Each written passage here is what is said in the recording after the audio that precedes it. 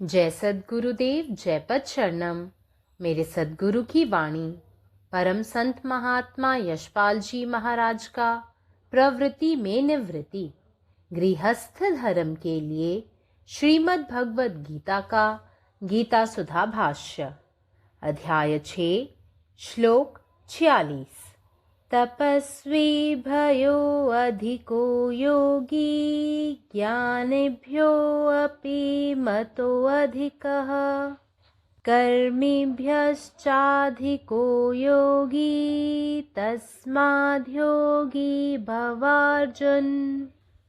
जिस लाभ की आशा से धैर्य का सहारा लेकर कर्मकांडी लोग षट कर्म के प्रवाह में कूद पड़ते हैं, अथवा जिस वस्तु के लिए ज्ञानी लोग ज्ञान का अभेद्य कवच धारण करके संसार के साथ लड़ जाते हैं, अथवा तपोनिष्ठ लोग अपने मन में जिसकी अभिलाषा रखकर तप रूपी विकट फिसलने वाले और दुर्गम पर्वत पर चढ़ने का प्रयत्न करते हैं, जो भक्तों के लिए भक्ति का विषय और याजकों के लिए यज्ञ देवता है।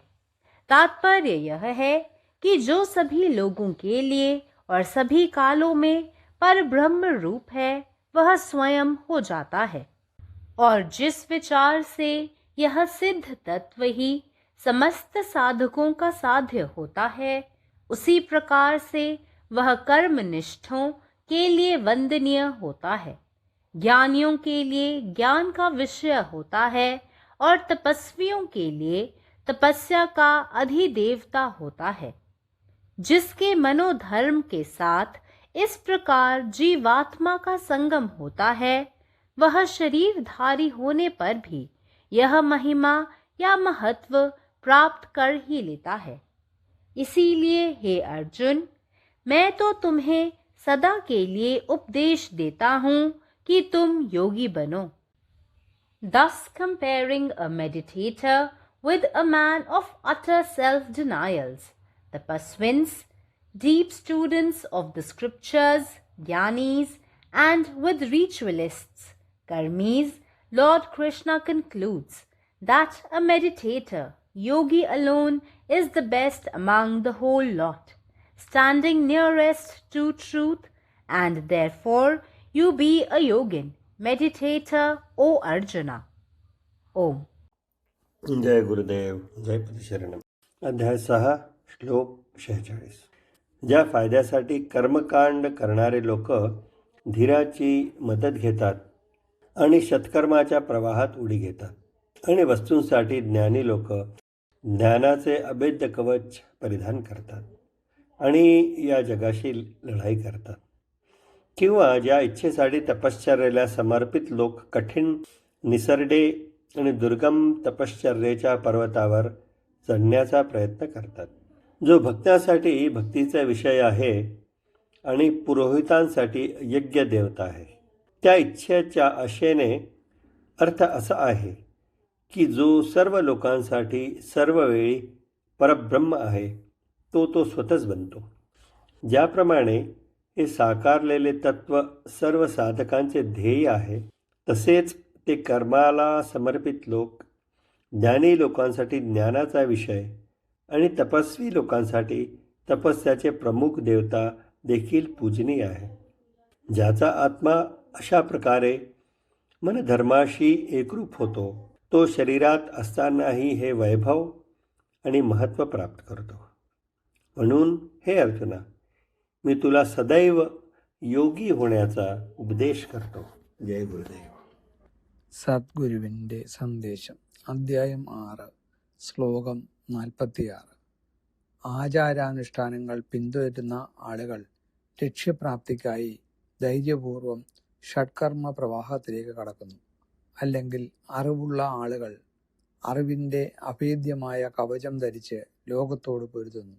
അഥവാ തപസ്സിനായി സമർപ്പിതരായ ആളുകൾ ബുദ്ധിമുട്ടുള്ളതും വഴുക്കലുള്ളതും അപ്രാപ്യവുമായ പർവ്വതത്തിലേക്ക് കയറുവാൻ ശ്രമിക്കുന്നു. അത് ഭക്തരായ ആ ആളുകൾക്ക് ഭക്തിയുടെ വിഷയവും പുരോഹിതന്മാർക്ക് യാഗത്തിൻ്റെ ദേവതയുമാണ്. എല്ലാ ആളുകൾക്കും എല്ലായ്പ്പോഴും പരബ്രഹ്മമായിരിക്കുന്നവൻ സ്വയം അങ്ങനെയായിത്തീരുന്നു എന്നതാണ് യാഥാർത്ഥ്യം. ഈ ആത്മസാക്ഷാത്കാരം എല്ലാ സാധകരുടെയും ലക്ഷ്യമായിരിക്കുന്നത് പോലെ കർമ്മനിഷ്ഠരായ ആളുകൾക്ക് ആരാധനാമൂർത്തിയും, ജ്ഞാനികൾക്ക് ജ്ഞാനത്തിൻ്റെ വിഷയവും, സന്യാസിമാർക്ക് തപസ്സിൻ്റെ അധിപനായ ദേവനുമായി ആളുകൾ ഇതിനെ ആരാധിക്കുന്നു. ഈ വിധത്തിൽ ആത്മാവ് അഥവാ ആന്തരിക മനസ്സ് ധർമ്മവുമായി ഒത്തുചേരുന്ന ഒരാൾക്ക് ജീവിച്ചിരിക്കുമ്പോൾ തന്നെ ഈ മഹത്വത്തിൻ്റെ പ്രാധാന്യവും ലഭിക്കുന്നു. അതുകൊണ്ട് അർജുന, ഞാൻ നിന്നെ എപ്പോഴും ഒരു യോഗിയാകാൻ ഉപദേശിക്കുന്നു. ശ്രീകൃഷ്ണൻ ഇങ്ങനെ അർജുനനോട് പറയുന്നു. പരമാത്മാവ് നീ തന്നെ, നിന്റെ ఇష్టం పూర్ణమాగట్టే. జై సద్గురుదేవ్, జై పదిశరణం. నా సద్గురు సందేశము గీతాసుధ పరసద్మహాత్మా శ్రీ యశ్వాజీ మహారాజ్ వారిచే ప్రతిపాదించబడిన ప్రవృత్తిలో నివృత్తి గృహస్థ మార్గంలో గీతాభాష్యము అధ్యాయము 6 ఆత్మ సంయమ యోగము శ్లోకము 46. తపస్విభ్యోధికో యోగి జ్ఞానిభ్యోపి మతోధికః కర్మిభ్యశ్చాధికో యోగి తస్మాద్ యోగి భవార్జున. ఏ లాభాసతో ధైర్యం యొక్క సహాయం తీసుకుని కర్మకాండ ఆచరించేవారు షట్కర్మల ప్రవాహంలో దుముకుతారో, లేదా ఏ వస్తువు కోసం జ్ఞానులైన వారు అభేద్యమైన జ్ఞాన కవచమును ధరించి ప్రపంచంతో పోరాడతారో, లేదా తపోనిష్ఠులైన వారు ఏ అభిలాషను తనలో ఉంచుకొని జారిపోవునది దుర్లభమైంది అయిన తపస్సు అనేటువంటి కఠిన పర్వతాన్ని అధిరోహించే ప్రయత్నం చేస్తారో, ఏది భక్తులకు భక్తి విషయమై ఉన్నదో, ఏది యాజకులకు యజ్ఞ దేవతయో, అనగా ఏది అందరికీ అన్ని కాలములందు పరబ్రహ్మ రూపమో ఆ రూపమైపోతాడు అతడు. మరియు ఏ ఆలోచనలతో ఆ స్థితితత్వము సమస్త సాధకులకు సాధ్యమవుతుందో, అదే ఆలోచనలతో అది బ్రహ్మతత్వము కర్మనిష్ఠులకు వందనీయమవుతుంది, జ్ఞానులకు జ్ఞాన విషయం అవుతుంది, తాపసులకు తపస్సు యొక్క అధిదేవత అవుతుంది. ఎవరి మనోధర్మంతో ఈ విధంగా జీవాత్మ సంగమం జరుగుతుందో అతడు శరీరధారి అయినప్పటికీ కూడా ఈ మహిమను లేదా మహత్వమును పొందుతాడు. అందుచేత అర్జున, నేను నీకు చెప్పే శాశ్వత ఉపదేశం ఏమిటంటే, నీవు యోగివి కమ్ము. పరమాత్మ నీవే ఉన్నావు, నీ ఇష్టమే నెరవేరాలి. జై సద్గురుదేవ్, జై ప్రసాద్. तपस्वीभ्यो अधिको योगी ज्ञानीभ्यो अपि मतो अधिक कर्मिभ्यश्चाधिको योगी तस्माद्योगी भवार्जुना. जय लाभ के आस में धैर्य के सहारा लऽ कर्मकांडी लोक सब खटकर्म के प्रवाह में कूद पड़ैत छथि, व जकर प्राप्ति लेल ज्ञानी लोक सब ज्ञान के अभेद्य कवच धारण क संसार सँ लड़ि पड़ैत छथि, वा तपोनिष्ठ जन मौन में जकर अभिलाषा राखि क तप रूपी विकट आ दुर्गम पर्वत पर चढ़बाक प्रयत्न करैत छथि, जे भक्त जन सब लेल भक्ति के विषय अछि आ याजक लोक लेल यज्ञ देवता अछि. एकर माने ई अछि जे सब काल आ सब लोक लेल पर ब्रह्म स्वरूप अछि, ओ स्वयं सिद्ध तत्व रूपे प्रकट होइत अछि.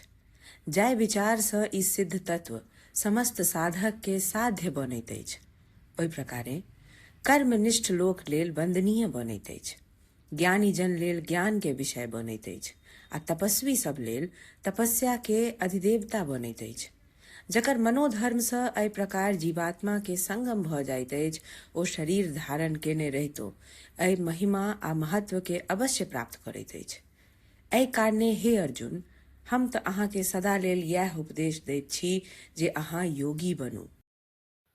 अखिल भारतीय संतमत सत्संग पंजीकृत दिल्ली, मुख्यालय B20 CC colony, Rana Pratap Bagh के सामने, दिल्ली. सत्संग आश्रम संत यशरूप तपोभूमि परिसर, अनंगपुर, जिला फरीदाबाद, हरियाणा.